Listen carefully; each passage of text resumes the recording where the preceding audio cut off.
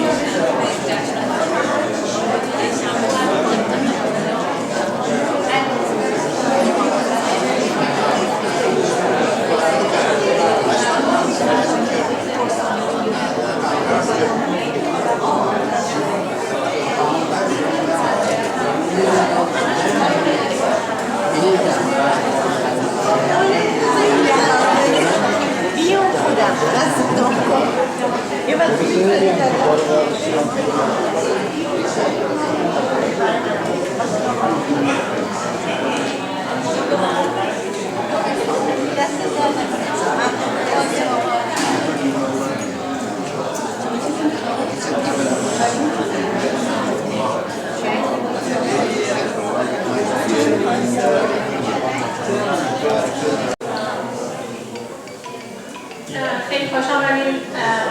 لطف کردین امشب تشریف آوردین. از من خواستم که از دوستان انگلیسی زبان امشب تشکر کنم. Thank you everyone for coming here tonight and being with us here.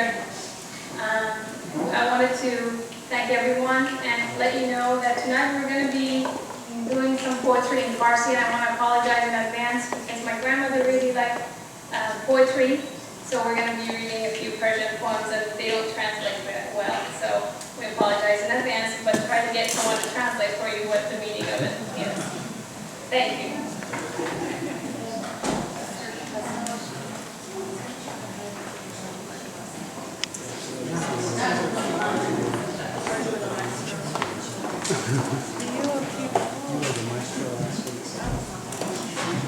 من خدمت همه سلام عرض می‌کنم. 12 روز است که مادر ما از بین ما رفته. شما دوستان، عزیزان، بستگان اومدین اینجا که واقعا دور هم جمع بشیم و خاطر ایشون رو یادش رو گرامی بداریم.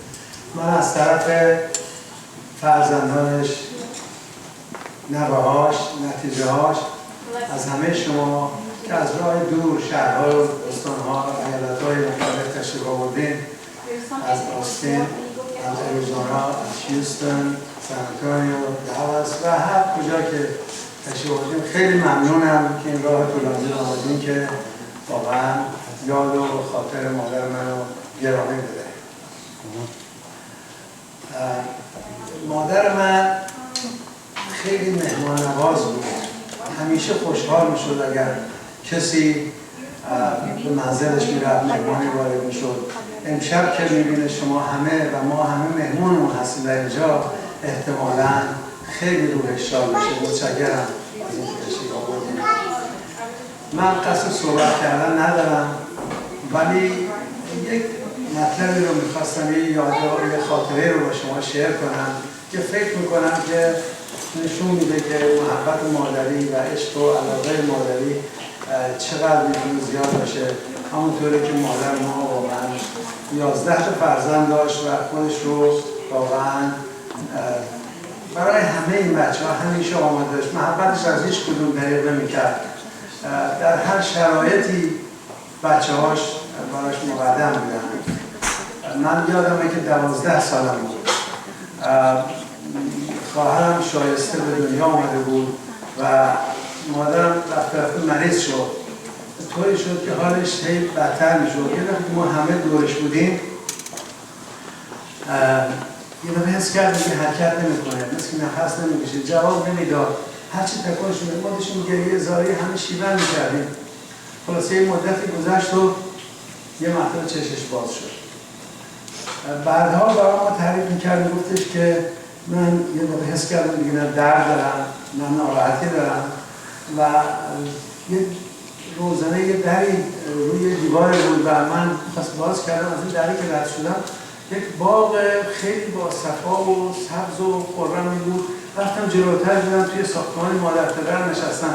و ایشون از سن 4 سالگی مادرش از دست داده بود. این نهایت خوشحال شدم و هیجان زده شدم وقتی که همینجور که داشتم هیجان زده یادم اومد که بچه‌م تنها مونده، بچه‌م گرسنه‌ام، شاید باید شیر بخوره الان.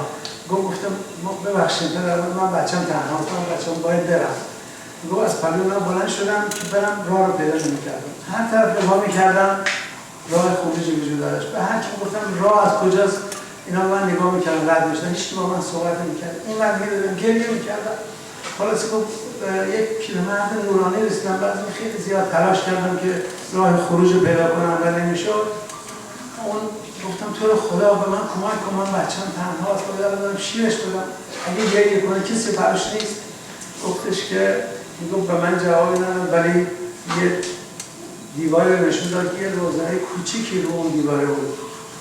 گفتم از اینجا که آدم رد میشه من چجوری برم، در کجاست؟ گفت دو مرتبه اون انگشتش به سمت اون محفظه دراز کرد. بعد من اجبارا میگم رو من رفتم طرف، اما خلاصه به هر سختی بود خودم رو از این فضا رد کردم. بعد اون گفت پشتش مثل یه تونل بود که خیلی هم روشن نبود و مثل که به نظر یه در انتهاش بود. رسیدم به اون در باز کردم، یه دفعه پلوی شما دارین گریه میکنه و همه ناراحت می‌شد. اون موقع که این صحبت‌ها رو میکرد، خب من در سن 12 سالگی اینا فکر میکردم حالا مثل یه قصه است که مادری داره برای بچهش بوده. اما حالا که سنی رسیدم و تجربه پیدا کردم، میبینم واقعا این زن با مهر و محبت خودش، با عشق و علاقهش واقعا با مرگ دست و پنجه نرم کرد و از دستش رها کرد خودش رو، چون که عشق به بچهش داشت، میخواست به بچهش برسه، میخواست بچهش بدون شیر نمونه. به هر صورت عشق و محبت مادری حد و اندازه‌ای نداره و امیدوارم که همه مادرایی که از این دنیا رفتن روحشون شاد باشه و مادرایی که بین ما هستن خدا به ما توفیق بده که ما هرچی بیشتر قدرشون رو بدونیم، بتونیم بهشون محبت کنیم، چون که اونها هیچ وقت محبتشون از ما دریغ نکردن. به هر صورت من نمیخوام وقتتون رو بگیرم. در مقام مادر صحبت و شعر و حرف زیاد زده شده، از جمله شهرام چند تا شعر رو میخوند که به نظر من خیلی خوب اومد. میخوام خواهش کنم اگر ممکنه شهرام بیاد اینجا و یکی دو تا از اون شعرها رو اینجا برای ما بگه و بخونه و تا مقام مادر رو ما واقعا بیش درک کنیم. خیلی متشکرم از وقتی که ما دارید.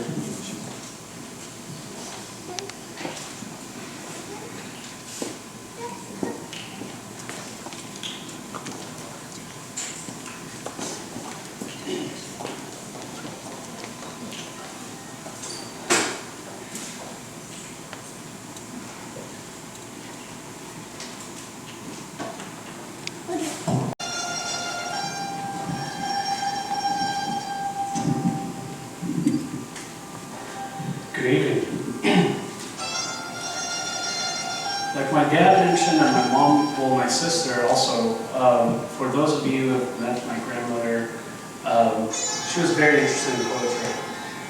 Constantly, anytime you sat down with her, it was always some sort of poem, and it was just great. And we grew up listening to that stuff, and I sometimes think that that might be the reason that some of us take some extra interest into poetry. But once again, forgive me, these are all Persian poetry, so I can't really translate it well, but I hope the rest of you guys enjoy these. در بیابانی دور که نروید جز خار، که نتوفد جز باد، که نخیزد جز مرگ، که نجنبد نفسی از نفسی، خفته در خاک کسی. زیر یک سنگ کبود در دل خاک سیاه می درخشد دو نگاه، که به ناکامی از این محنتگاه کرده افسانه هستی کوتاه. باز می خندد مهر، باز می تابد ماه، باز هم قافله سالار وجود سوی صحرای عدم پوید راه. با دلی خسته و غمگین همه سال دور از این جوش و خروش میروم جانب آن دشت خموش، میدهم بوسه بر آن سنگ کبود تا کشم چهره بر آن خاک سیاه. من در این راه دراز میچکد بر رخ من اشک نیاز، میدود در رگ من زهر ملال.